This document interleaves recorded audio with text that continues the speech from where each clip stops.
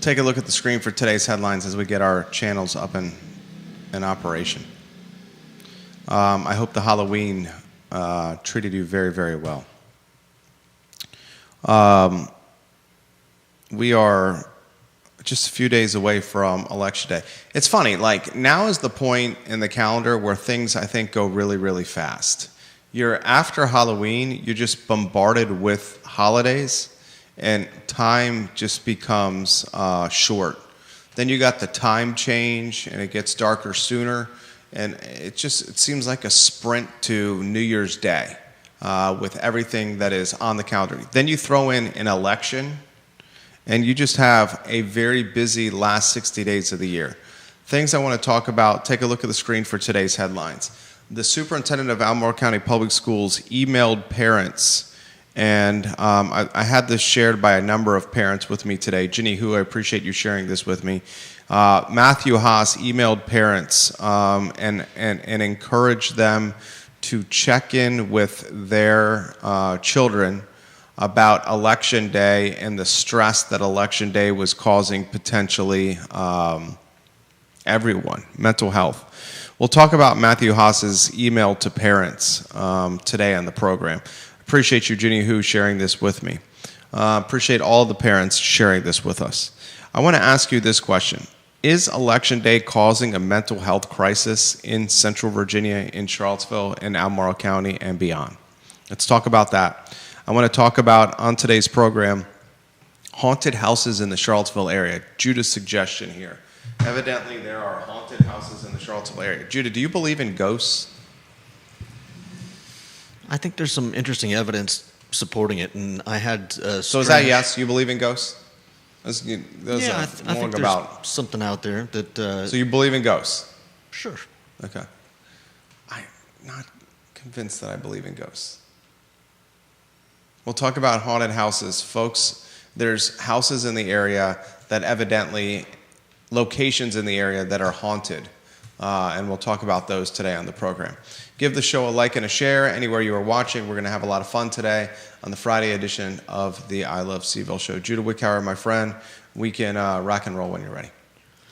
Quiet on the set.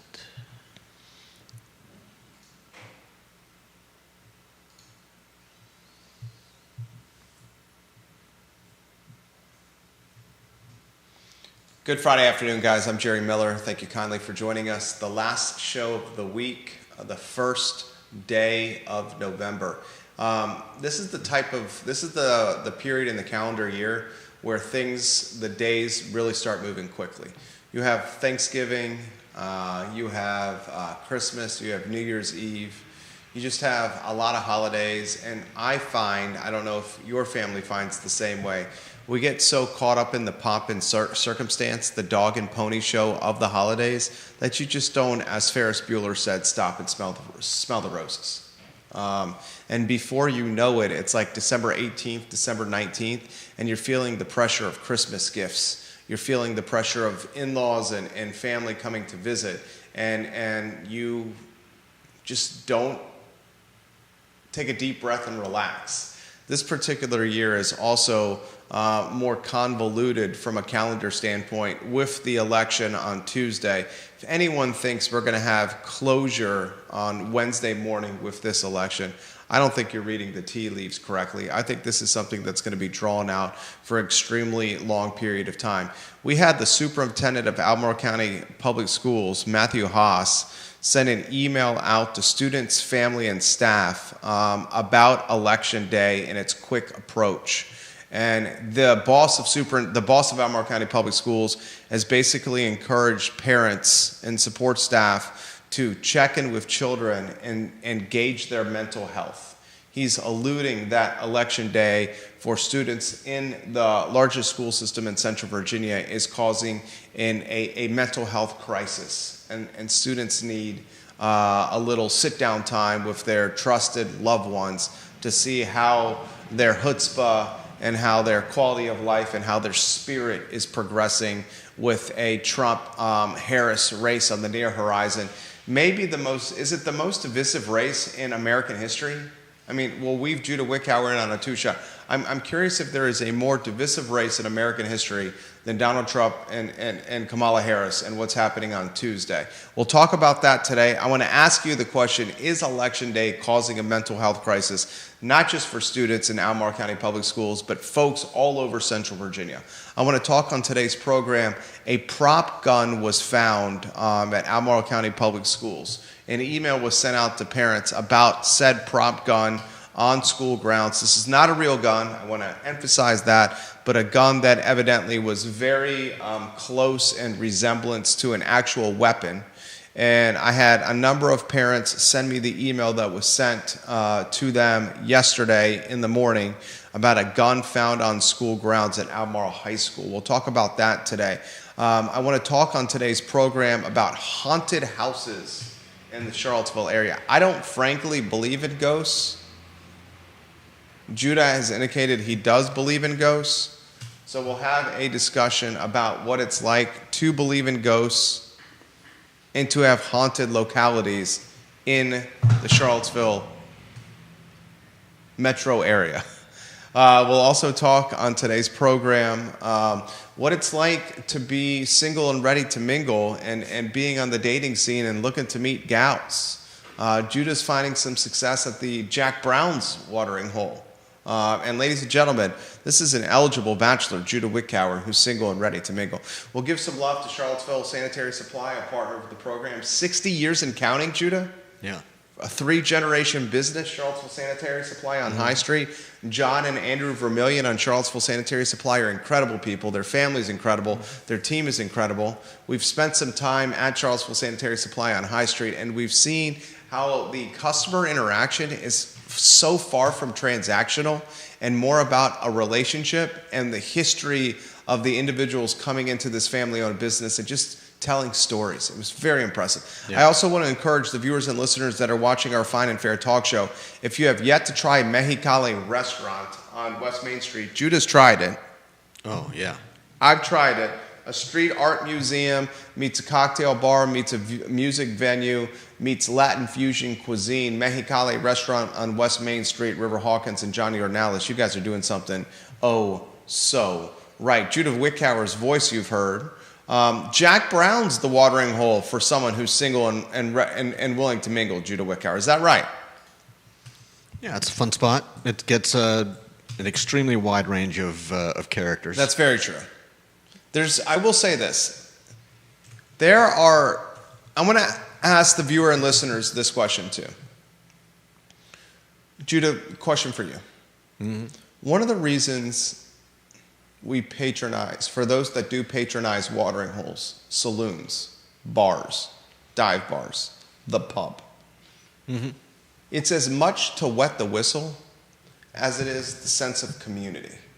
Yeah, I mean, you can definitely drink a lot cheaper keeping it at home or with friends at a friend's house. But yeah, there's something about the eclectic nature of a watering hole that even for an introvert like me can be enticing.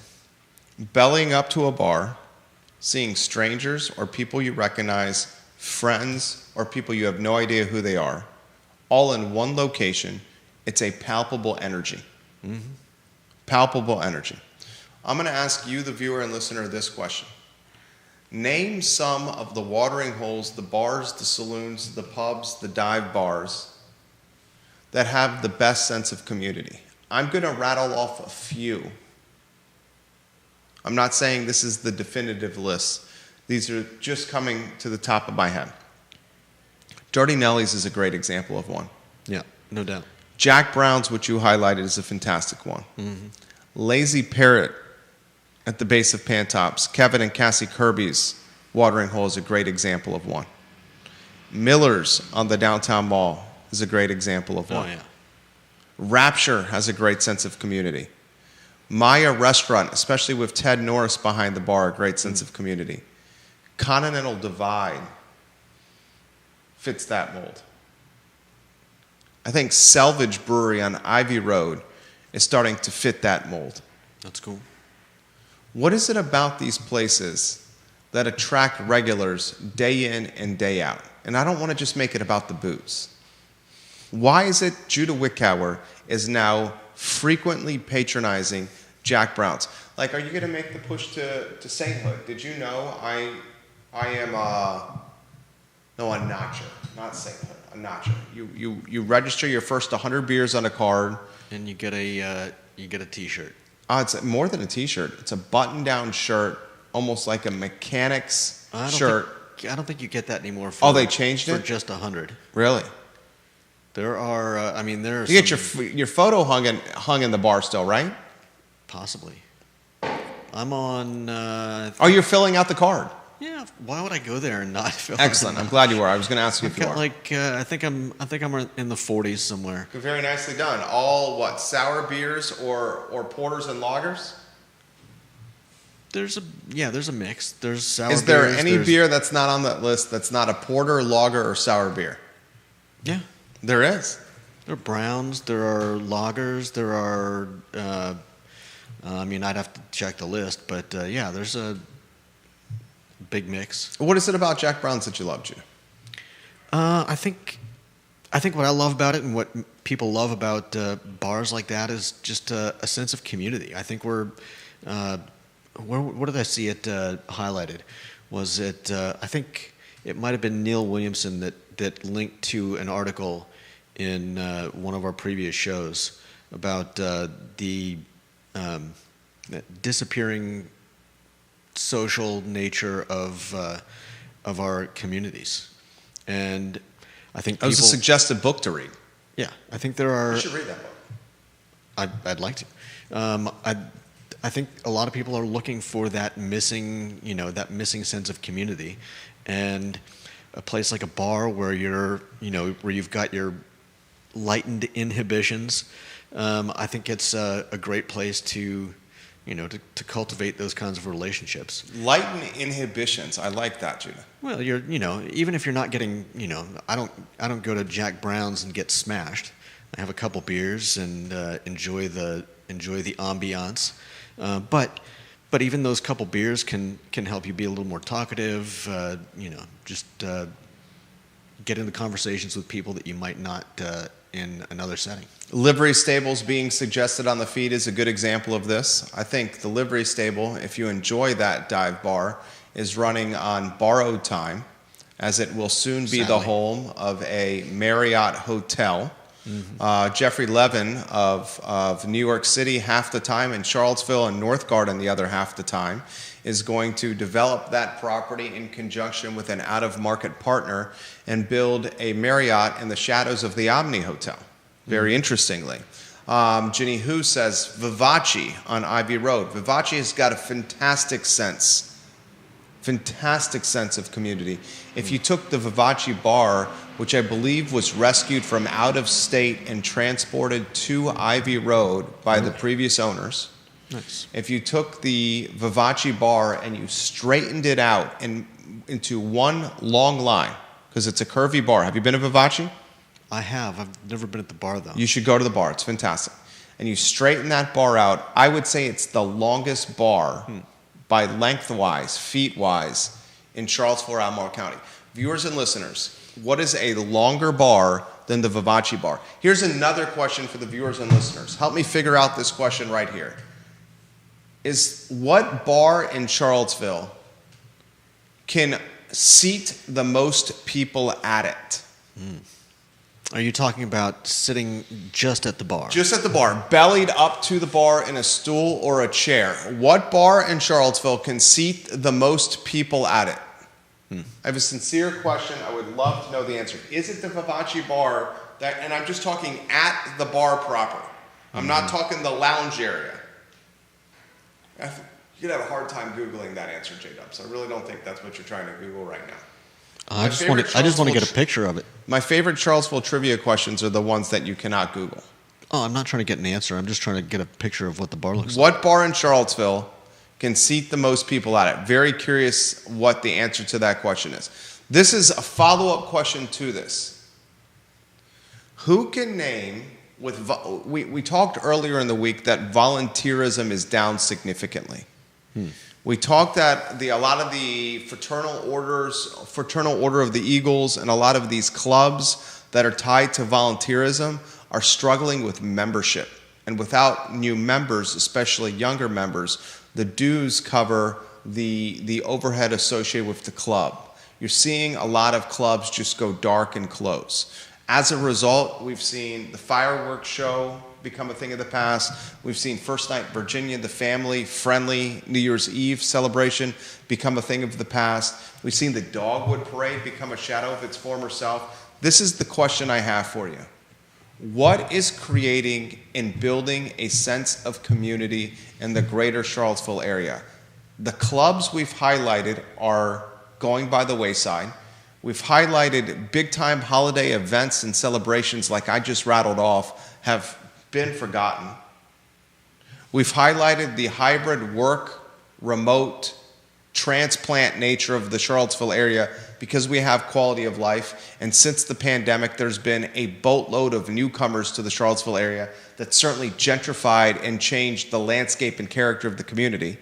This is the question I have for you. What, besides a saloon, a bar, a watering hole, can create a sense of community that is being lost in Charlottesville? And I think one of the things that's causing Charlottesville much headwinds and headache is that lost sense of community, that lost sense of keep your dollars in the community by shopping local, even if it means paying a little bit more money, that lost sense of the University of Virginia choosing to partner with businesses locally, even if it means paying a little bit more from a bottom line standpoint than a national company that's out of market. That lost sense of community when it comes to the changes and challenges we're seeing on the downtown mall. We got an email from an established and known downtown mall restaurant owner. He copied me on the email. He copied Mayor Juan Diego Wade, the rest of City Council, and some of the staffers at City Hall. And he showed photos in his email of what's happening outside City Hall. It's become a quasi-shanty town. Every nook and cranny around City Hall is being commandeered by the houseless. And Mayor Wade in the email said, this is not what we want our City Hall to look like. And the restaurant owner replies to Mayor Wade's response, and he says, what are you going to do about it? And City Council is saying, we got a plan that we're figuring out. And maybe that plan is tied to converting a thrift store on Cherry Avenue into a homeless shelter to help the Salvation Army house more homeless. Maybe that's what it is. But I think one thing we're all in agreement as we head into the fourth quarter of 2024, then Judy, you jump in. As we head into the fourth quarter of 2024, as we are about to ring in a new year, we're 60 days from ringing in a new year. And this is how the calendar is going to flip book apart. The calendar is going to start the next 60 days by us being enamored, almost hypnotized by the Trump-Harris election for the next 2 weeks, to the point of mental health crisis. We'll talk about that. When that gets finally behind us in the next 2 weeks to 30 days, maybe longer, we will be talking about Thanksgiving and Turkey Day. And from Thanksgiving and Turkey Day, it's a sprint to Christmas, holiday parties, and New Year's Eve. And before you know it, it's January, your credit card bills are due, it's another year, and you're making resolutions. One of the resolutions we should make, perhaps Charlottesville, Albemarle County, and Central Virginia, finding its brand identity again, its sense of self, and its sense of community again. You roll your eyes. We'll see. Why do you roll your eyes? I don't know. I just don't see what would be the impetus for that. Who is pushing for that? Maybe it's you and I. Maybe it is. Maybe it's you and I.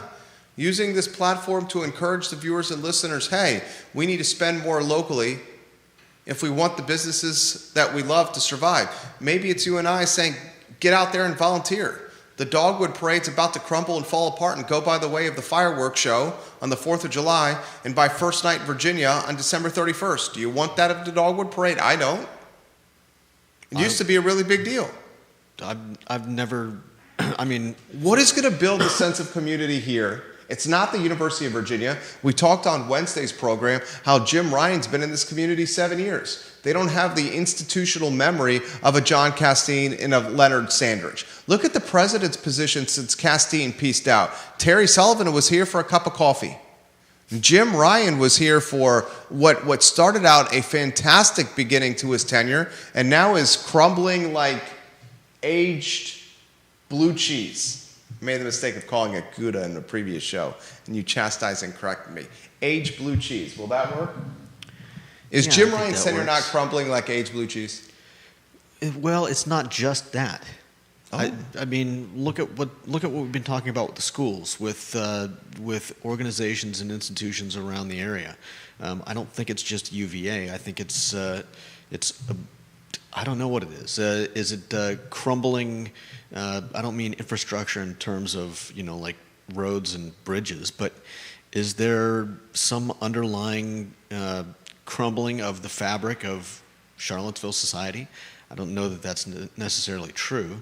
But is this more collateral damage of COVID and the pandemic? It could be where partially. We've seen a large. I don't think that's the sole driver, but yeah, I think that's a large flux of insiders now living in the community. That's also part of it. Is this a reflection of affordability, where folks are so disenchanted and angry and bitter that they're like, "What the hell? We've lived here forever, and now we can't do it anymore. We're having to go to Waynesboro to live. We're having to go to the outer counties to live." That's also part of it. See what we're talking about, folks? We are losing our sense of community in Charlottesville and Albemarle and Central Virginia. We don't celebrate and champion holiday events like we used to. We have our 8 blocks that are the most important in the region that are shanty towns, like a shanty town. Yeah, I was walking up and down the downtown mall last night, and I'm fortunate to be, I'm fortunate to be a man. Fortunate to be a man. You're going to catch some heat for that. Wow. I don't mean it like that. I just mean in terms of, not having to worry about catcalls or, Describe what happened to you. Describe what you saw. People do it. I mean, I'm very aware of my surroundings, so I tend to look ahead and pick which side of the mall I'm walking on, whether I'm gonna walk past someone or take a side street up to Market and walk along there. You don't have Liza by your side anymore. R.I.P. Liza. Yeah. Folks messed with you less when you had Liza next to you. That's probably true. I mean, I didn't have anyone mess with me, but like I said, I'm very aware of my surroundings. I lived in Los Angeles for 6 years and went back for a year at USC, so I'm generally not taken by surprise. But that being said, there's a lot, whether it's people sleeping in doorways or just groups of people sitting with signs and yelling to passersby for donations. I can definitely see why people would want to come to the downtown mall with a group rather than walk it alone. There you go. Judah Wickower, very sensible person right there. Judah Wickower's on point today. We're not championing the holidays with community events like we used to do. The downtown mall is struggling. Mm-hmm. That's fair. Yeah. Pains me to say that. It's struggling. I think it may be trying to turn the corner, but it needs someone to push it around the corner and well past the crossroads where it's currently at. You have an influx of new folks to the community since COVID. You have housing at 50% more expensive since COVID, mm-hmm. Rents and ownership. Inflation has made groceries an issue. And credit card bills are out of control. Speaking of groceries, there are more and more people that are opting to buy online And you know what? I am one that talked about this, and I hope Neil Williamson is watching this program. I will make a commitment, our family, to changing that behavior and doing it much more real time and local. Mm-hmm. I will make a commitment to do that. This is the theme of the show before we get into some of our other headlines. What can recreate or reimagine the sense of community that seemed much stronger in 2019 and pre-COVID in the greater Charlottesville area than it does now, 5 years removed? I think someone needs to start organizing some things and making them very visible, because I think part of what needs to happen is for people to see a change, people to see things going on, see things that they can become involved in, because there are a lot of those things. There are things that you can get involved in around town, but I don't know how visible they are. Like the fact of this former Seaville music venue, which is about to be demolished. I'd never even heard of the place. Magnolia House being purchased by an Orange County resident. Give them the who, what, when, where, why. You can put that lower third on screen if you'd like. That's basically it. I'm not sure when the Orange County resident bought the property. But Neil Williamson, welcome to the program. I'm glad you're watching, Neil. But they've already filed to have the place demolished, and I don't know how you could or would try to stop that. Deep Throat says this, and then Judah, you can give us the who, what, when, where, why. Do you think the de-kidification of Charlottesville has something to do with the dwindling of the events you are talking about? In my experience, a lot of these civic public community activities are patronized by families with children. My wife, 48 hours ago, made the comment next to me as we were sitting in bed and watching something on television before we went to sleep. I am struggling to find things to do for our 6-year-old and our soon-to-be 2-year-old. Our 2-year-old turns 2 in 26 days. I'm struggling to find things to do. Deep Throat highlights the quote, the air quote, de-kidification of the community. If the community becomes so expensive that it takes baby boomers who sold their homes to be able to live here now, folks with bags of money, those individuals that have the bags of money may be not on the younger end of the life spectrum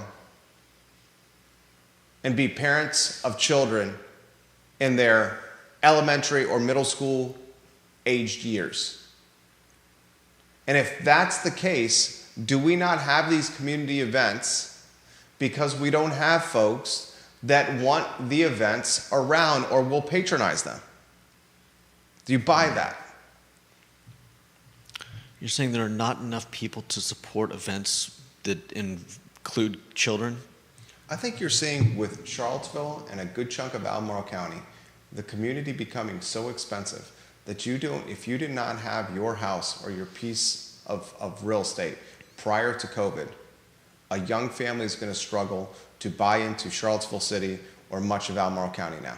Oh, yeah. And that young family is the family that has the elementary and middle school aged children.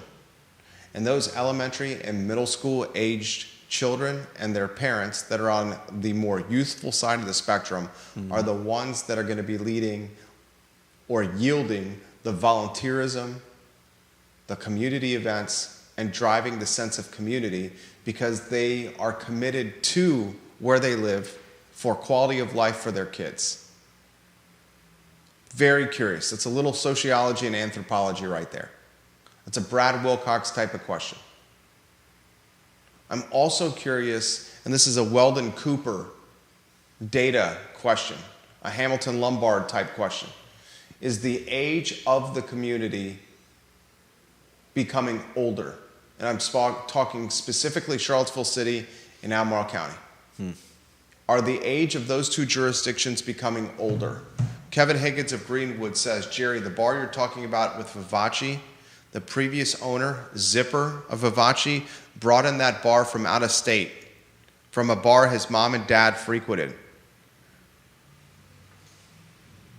And he says, I would never go to this particular place, Applebee's, but that might be the bar with the most seats at it. Applebee's. I'm still going to go with Vivace having the most seats at it. Anyone have a bar in Charlottesville that can seat more people at it than Vivace? Applebee's on Pantops does have that horseshoe bar that can seat a lot of people. I don't know the Branchlands. Is the Branchlands Applebee's still there? The theme of the show is the sense of community that seems to be being lost in our region and why that's happening. And I point to it first, UVA, and its leadership changing quickly and being a turnstile. I point to the president's position with Teresa Sullivan and Jim Ryan, far from the institutional length of John Castine. I point to other leadership positions at UVA, like Craig Kennett with UVA Health, who's been here for a hot minute. Yep. Kibbe, the dean of the medical school, who's been here for a hot minute. And some of the other C-suite that have been here for a hot minute. I point to the change in demographics because of COVID and the pandemic, the ability to work remotely or hybridly, which has created an influx of transplants. I point to the extremely expensive nature of the community. I point to the disenchantment of the community because affordability is clearly a problem. Yeah. I point to the city having a zoning ordinance that is so ass backwards that folks are choosing to build hotels instead of housing and openly telling the world about it. Our friends over on Market Street, Roger Voisinay and Richard Price, have said their project is stalled because of the city. Yeah. And they would have been one of the first to market in Woolen Mills. I point to schools. We could put this lower third on screen. Yesterday, a prop gun was brought to Albemarle High School. And the principal had to notify parents that a prop gun, so real and look, was on grounds, and they figured it out quickly. They're going to punish the student as the policy sees fit, but we need to notify you because a boatload of students at Albemarle High School were scared. I mentioned that to my wife. She said, of course this is going to scare the hell out of kids. They hear about gun violence in schools all over the national news, all over TikTok, Instagram, and social media. Yeah. Today, an email is sent from the boss of Albemarle County Public Schools. Put that lower third on screen. Matthew Haas telling parents to check in with kids because the election day is around the corner and he fears it's become a spur or a catalyst for mental health issues with students election day. I ask you, the viewer and listener, this question. Many of you are adults watching the program. Minors are in school when this show airs live. Those that are watching live right now, is Tuesday's election the most divisive one in American history? Probably so. I don't know about all of American history. Okay. I would say definitely recent history. What are you going to put on there? I mean, what am I going to... What you said not all of American be, history, so you have to make a compelling argument for one being more divisive. I'm not an historian, but there were, I mean... Succinctly. Mudslinging. The stuff that we're seeing today is not new. It may come and go in cycles, but I don't think that this is the What election is more divisive than Trump and Harris in American history? Okay, you're right then. I don't know. I don't know enough about all the past elections to say. Viewers and listeners, what election is more divisive in American history than Donald Trump and Harris right now? And is it causing mental health issues for people? This comes via Facebook direct message. You have a lot of people that are working two jobs, including teachers who have tough enough jobs as it is. When you need two jobs to get by, it makes it hard for people, particularly younger people, to volunteer for causes they care about. He's 100% right, this direct message via Facebook. Yeah. 100% right. And you know what? I've said it. I have not seen a comment on this show that's pissed off. The comment that I'm about to make has pissed off people more than just about any other comment I've ever made on this program. And I'm going to say it again. And it's a fact. And it pisses people off. It's not a 40-hour-a-week community even more. When I said that to you, Judah Wickhauer, the first time in this show, you pushed back and were offended by it. And then maybe a year later, you said you were right. It's not a 40-hour-a-week community anymore. You want to live in Charlottesville. You want to be a single person.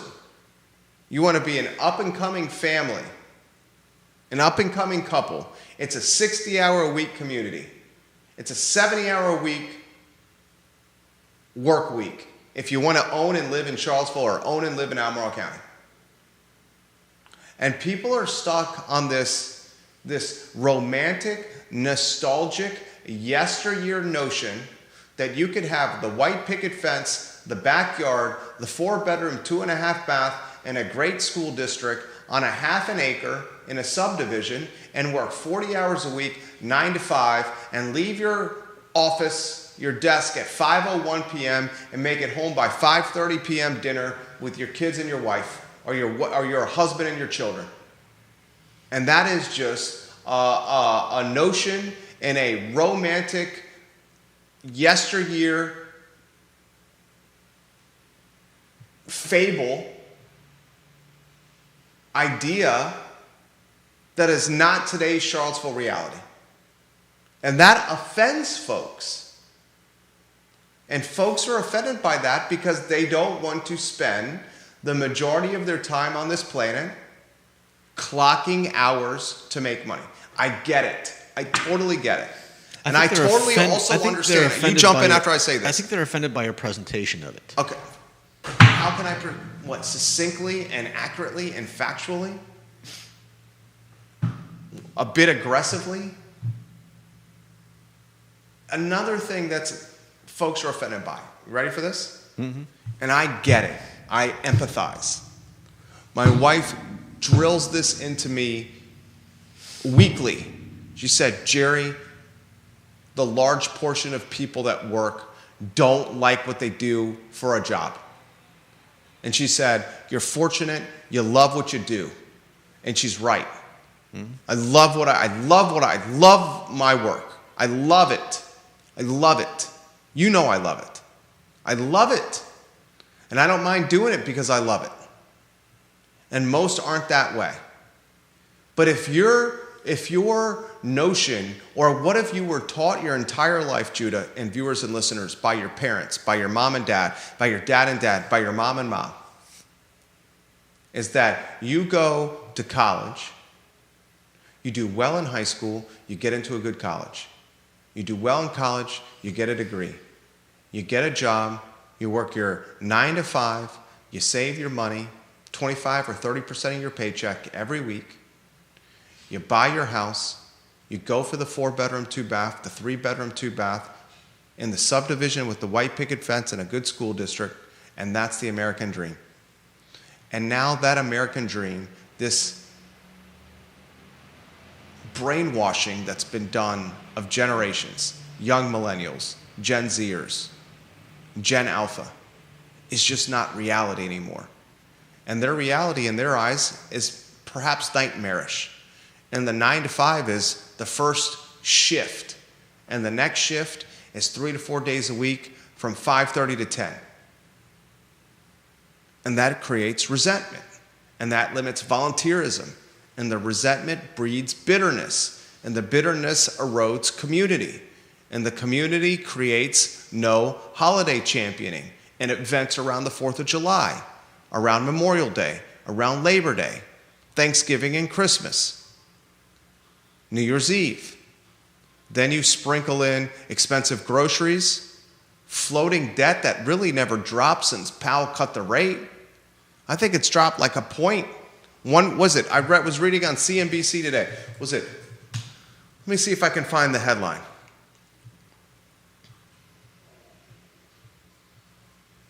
Here it is. Despite a half-point Fed cut, sorry, it wasn't a point. Despite a half-point Fed cut the average credit card APRs fell by just 0.13%. Oy. Powell cuts the rates, says inflation's in check. Groceries are only up 2 points, 3 points inflation-wise. That's compounded on what it was last year. Over it was the year before that, and the year before that. And then you add the fact that the credit cards haven't gone down, the floating debt, the housing prices have gone through the roof, and you have a good portion of the community that's not just disenchanted, they're demoralized and downright depressed. And there's your sense of community. Maybe that's why you have prop guns being brought into Albemarle High School. Maybe that's why last week you had students creeping into convenience stores and buying vape cartridges, which they thought they were smoking the Chiba of mommy and daddy's ear, and instead are buying carts and vapes of God knows what they're inhaling. I'm still not fully on board with that narrative. You're not on board that today's drugs are stronger than the drugs when we were growing up, Judah? Are you serious here? I'm definitely not on board with that. Can someone besides me push back with Judah about today's drugs? Are today's drugs stronger than the mushrooms we got from piles of poo in yards, or the weed that was growing in the back of Johnny's house, or in Susie's closet in her fish tank under a light? Come on now. Judah, have you ever heard of the word fentanyl? Yeah. Was fentanyl popping around when you were crushing on Kelly Kapowski and wishing you were Zach Morris, or chilling by the pool with Brenda and Kelly and Donna and 90210? I think you're projecting. I'm not projecting. I'm trying to entertain. I was never a big fan. I'm trying to entertain. Never a big fan of any of those. God, why and you act like you always do this. What do you mean? You're acting like when we were like, our childhoods were like the inception of drugs in America. That's like not what they I'm haven't saying. been around since before we were born. And they weren't always. They've never always just been things that sprout out of the ground. Judah, you are honestly telling me that you don't think the drugs of today are scarier and more dangerous than the drugs of 30 years ago? I think fentanyl is terrifying. Okay, but that being the case, I'm asking you a very succinct question. You want Do me you to think say the drugs of today are more potent, stronger, and dangerous than the drugs of 30 years ago? Some of them are. Juan Sarmiento, I agree with you, Jerry. The strains of marijuana today are astronomically higher in THC than the pot of yesteryear. He's 100% right. Yeah, I have no problem with that statement. But marijuana is not the only thing out there. Like, PCP has been around for a long time. You know what people used to do on PCP? Angel dust, barbiturates. Like, weed is not the only drug, that was going around for the last 50 years. Deep Throat has got a graph on the Twitter DM. Can you put that on screen for the viewers and listeners that are watching? It's a chart that highlights cannabis and its potency over the years. From 1995, the percentage of THC until 2014. He says, and that's just the flower. Forget about the extract. Yeah.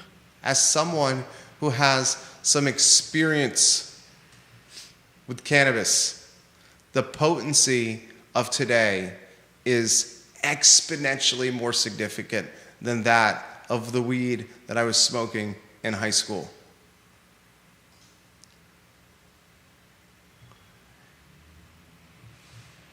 Jon Snow, Judah is Albert Clifford, A.C. Slater, abnormally charming.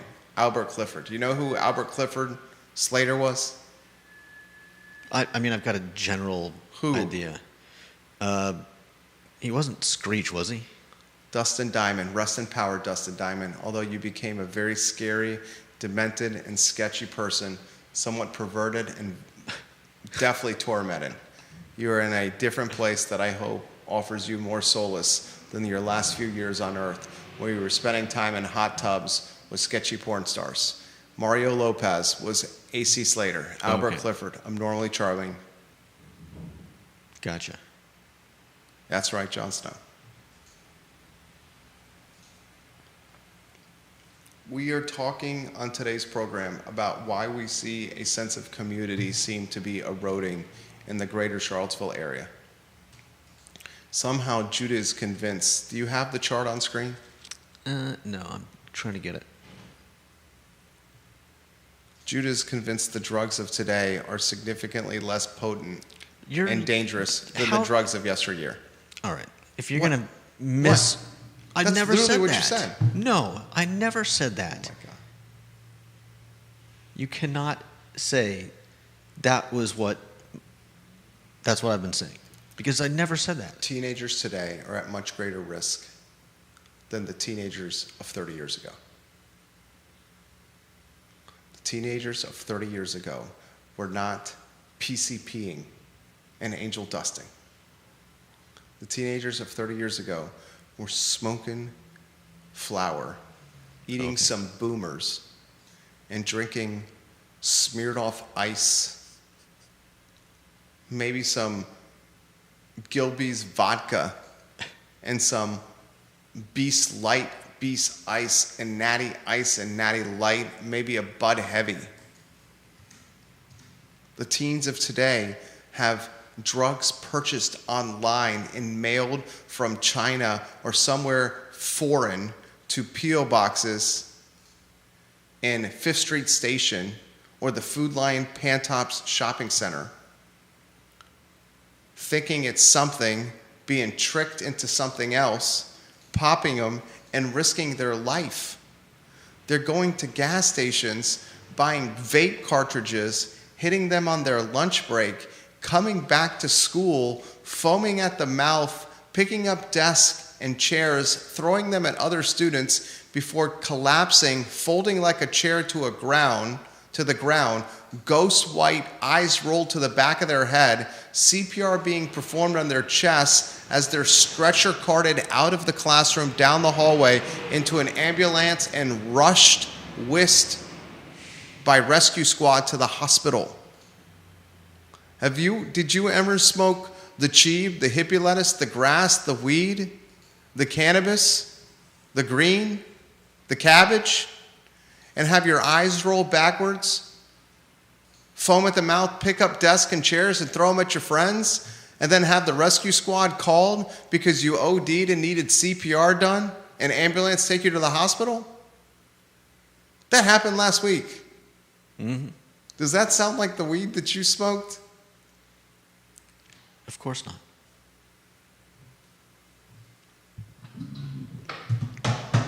And as someone, I'll tell you this. I'll tell you this right now. I am as free market, free business, support the small business entrepreneur as much as anyone. Mm-hmm. But if there's sketchy retailers that are selling sketchy drugs and trying to pass it off as everyday weed to minors on their lunch break during the school day, they should get the hammer dropped on them. I agree. I just don't know that I actually think that's happening. You don't think that what? I don't know that. Where's your proof that that vape shops are selling illicit drugs to kids, no less, in Charlottesville? Well, the email that was sent out by Haas to the parents said that they procured the drugs during their lunch break. Well, why and would he... the parents that reached out to us so you said... believe him now? The parents that reached out to us said it's happening a couple of ways. One, there's a kid or kids that have been dealing in school grounds during school hours. Far more believable. And than... two, there are kids that are going to local convenience stores close to the school and buying them during school hours themselves and smoking stuff that they don't know what it is. I just find it hard to believe that a vape shop is, first, they're not allowed to sell marijuana. So it's illegal. Second, that they're selling it to kids. And third, that they would actively be selling something that's laced with random drugs. Can I respond to those comments? Yeah. I'll start with third. Of course you can. It's your show. Also, it's our show. I'll start with third. They don't know what they're selling. They don't know what they're selling. It's an unregulated market. It's the wild, wild west of vape cartridges. They don't know what they're selling. They're buying stuff from middlemen or wholesalers that are telling them it's this when they don't know what it is. But they don't know what chemicals are in it. Are you just guessing? No, I'm not just guessing. How do you know then? Because I'm a sophisticated person and I read. And I have common sense. And I grew up as a troublemaking kid. And I still know a lot of troublemakers locally. And I won't say who they are, but they watch this program routinely. And they're very savvy and experienced when it comes to this. And they're letting me know what's going on. And I may or may not go to their houses and hang out with them. And two, you're saying you don't believe that a vape shop would sell something to a minor? Dude, do you remember when we used to buy beer and booze when we were minors from the same retailers? We would go into convenience. Do you remember Oak Hill Market off of Old Lynchburg Road by the Villas at Southern Ridge, close to where your parents lived in Redfields before they moved down the street? You mean next to... Jim Shank's Barbershop. The stab and grab is what the teens would call it. The stab and grab next to the trailer park. That place was notorious for selling beer to minors. There's always going to be retailers that prioritize making some money by selling to minors. Always. I am not trying to be combative here, and maybe that's just part of what my nature is here, but your give people the benefit of the doubt, genuine purity is the complete opposite of my the complete opposite of my... It is the complete opposite of your... Let's take an anecdote of what we used to do as kids and expand it to say that Judah, like every vape shop is selling laced marijuana cartridges to kids. I didn't say vape shop. You're sitting in the room when the parents are calling me, and I know you're not hearing what they're saying, but you're hearing the parents calling me and reach out to me, and me taking notes at an aggressive clip on paper. One time in the car, one time while we were right here in the studio. And the parents are telling me this is what happened with their kids. One parent told me that his daughter at Monticello High School was buying drugs from another student at Monticello High School. Another parent told me that his kid at Monticello High School left during the lunch break and went to a local, and I'll let the police do their investigation. I'm told it's happening right now. Went to a local hut or castle, procured what they thought was weed, ended up, as Matt Haas called it, ingesting it.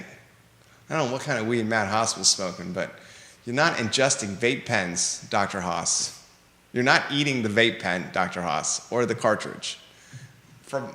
Pretty sure you're smoking it. And then went back to school, foaming at the mouth, picking up desks and chairs, throwing at other students before folding like a chair, collapsing to the ground, eyes rolled back, ghost white, CPR pumping on the chest, stretcher, rolling kid out of the classroom, down the hallway, into an ambulance. And then we wonder about the mental health of students when they see that, the mental health of students when they see a prop gun, but we want to prioritize the mental health of students when it comes to the election on Tuesday with messaging to parents today. Check in on your kids. Donald Trump and Kamala Harris, they're running for president on Tuesday. You should check in on them with that mental health. It's not the prop gun or the ODs. It's that may be triggering kids too. Who are we to say? What, the election? I think the kids don't even care about that. I think you're wrong there. I think they would care about seeing their buddy fold like a chair with their eyes rolled back by their head, ghost white, and CPR performed on their chest. after having to dodge and duck flying desks and chairs. I agree. That's just me. I agree. This comes via Facebook DM. I will say that a girl in my high school class ended up in the ER because someone laced some pot she smoked. He also says, you're not wrong that just ordinary pot is stronger now, and drugs like fentanyl definitely have made things more dangerous. Mm-hmm. Fentanyl scares the bejeebus out of me. No doubt. Anything you want to add to this? Yeah. Kevin's showing a graph. You see what Kevin said?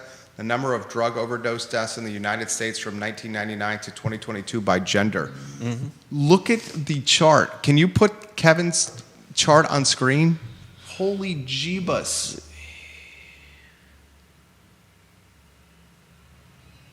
In 1999, there was 17,000 drug overdose deaths, according to this Statista.com chart. In 2021, Drugs are bad. you're talking 110,000. It's 10x'd. 10x'd, Judah. Yeah, drug overdose deaths. This is a reflection of the drugs being stronger, and that's why the viewers and listeners are sending us this tangible evidence. You're choosing. I'm not choosing. This is being sent to me by viewers and listeners. Yeah. First one, Deep Throat, who we are in agreement is a very intelligent person. Second one, Kevin Higgins, who we're in agreement is a very intelligent person. Yeah.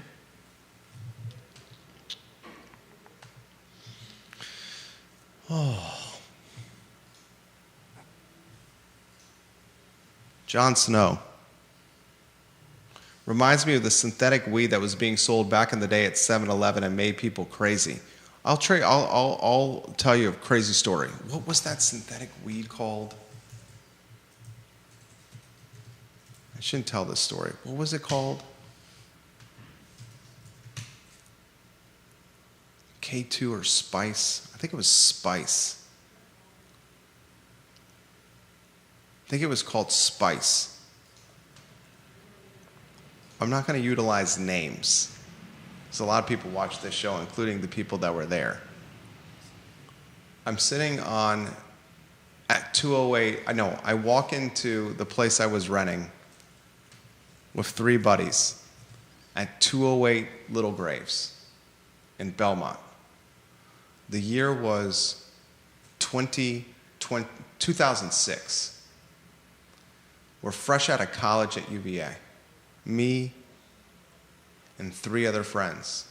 Tall Tom, Mad Dog Henny Brown, and S. Child, who climbed a rope ladder to live in the attic because he got cheaper rent.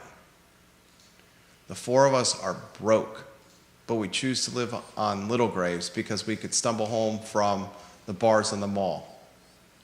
I walk into 208 Little Graves, and a buddy is sitting on the couch. And he says, I got something you should try. I think it was Spice. He put it in a binger. We ripped it.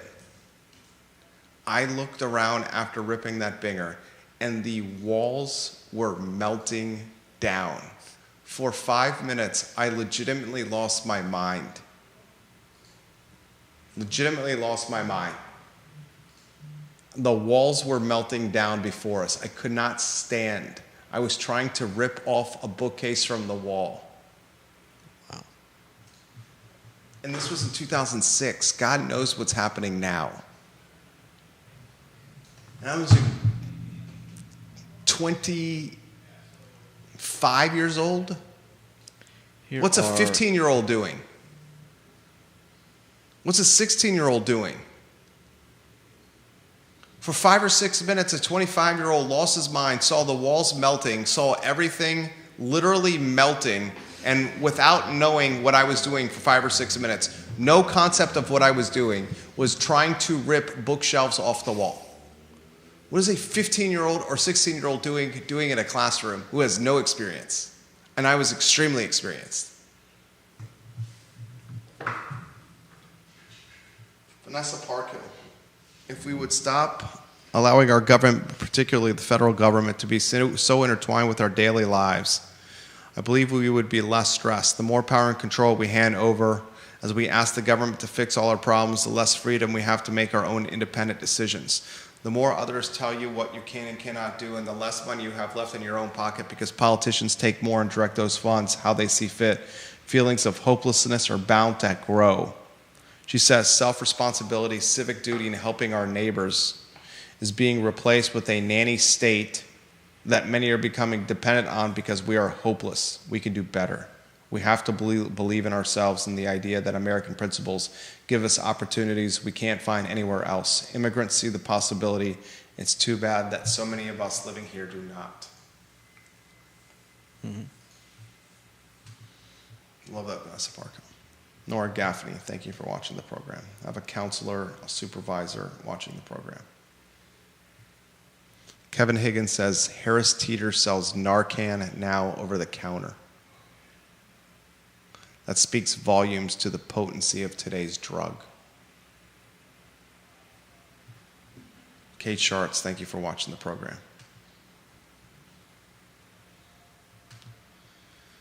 The message we get from Matthew Haas today is to check in on your students and your kids as it pertains to the mental health anguish they're experiencing from Tuesday's election.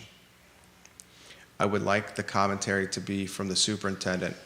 Check in on your students and your kids because their mental health could be in peril because they saw some of their classmates stretchered out into an ambulance because of overdoses that happened on their lunch break, or because they saw a prop gun carried into school that looked so real that kids thought a school shooting was happening. Am I diminishing the impact of an election as it pertains to guns on campus and overdoses in schools? Yes, because I don't think the election is going to have the same mental health damning impacts as overdoses and prop guns in hallways and classrooms. This is the Friday edition of the I Love Seville show. If you put me on a one shot, then I'll go to you with some closing thoughts.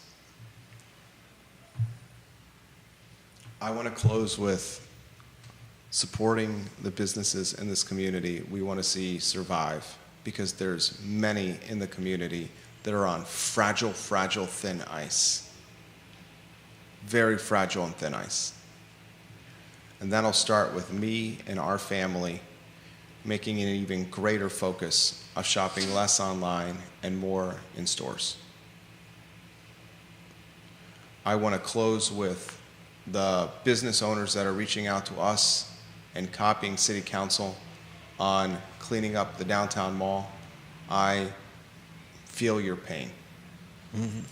Because many of you are in significant debt with idle loans that are now coming to due, loans that were given to you at low interest rates or delayed payment during COVID. And at the same time, you have idle loans and COVID loans coming due. Your labor increased dramatically from a cost, your goods increased dramatically from a cost, and your rent continue upticking 5 or 6%. You're dying the death of 1,000 cuts. I'll close with this. The University of Virginia, your prioritization on the bottom line and nickels and dimes over the community we call Charlottesville, Albemarle, and Central Virginia is leading this charge of changing the community for the worse. Stop it. And then I'll close with this. Judah Wickower is a man of reason and good thought. Sometimes I'm a little combative with him, and it's not because of Judah, it's just who I am as a person. Some final thoughts for you on a Friday, Judah. Payday. Is today payday? I believe it is. It is. Happy Dia de los Muertos. Halloween is over, but if you got your costumes ready, I say put them back on. I had a lot of fun at Jack Brown's last night. I don't often get to let it hang out and put on What did you a let fun. hang out? It's a phrase, Jerry. Okay. I wasn't was letting it hang out on Real Talk with Keith Smith in that deviled egg costume. Full Monty under that deviled egg costume. No, you weren't. Judah Wickhauer is single, ready to mingle. I was in boxer briefs. Mm-hmm. That's it. That's not the full Monty. Pretty damn close. I was extremely comfortable in that chicken costume. Are you going to wear it tonight? I don't know about tonight. Maybe tomorrow. There you go. What's tomorrow? Going to hang out with friends tomorrow, so who knows? I may pick a costume. That's a great idea. Good job today. Enjoy the weekend, guys. Thank you kindly for watching the I Love Seville show. My name is Jerry Miller for Judah Wickhauer. So long.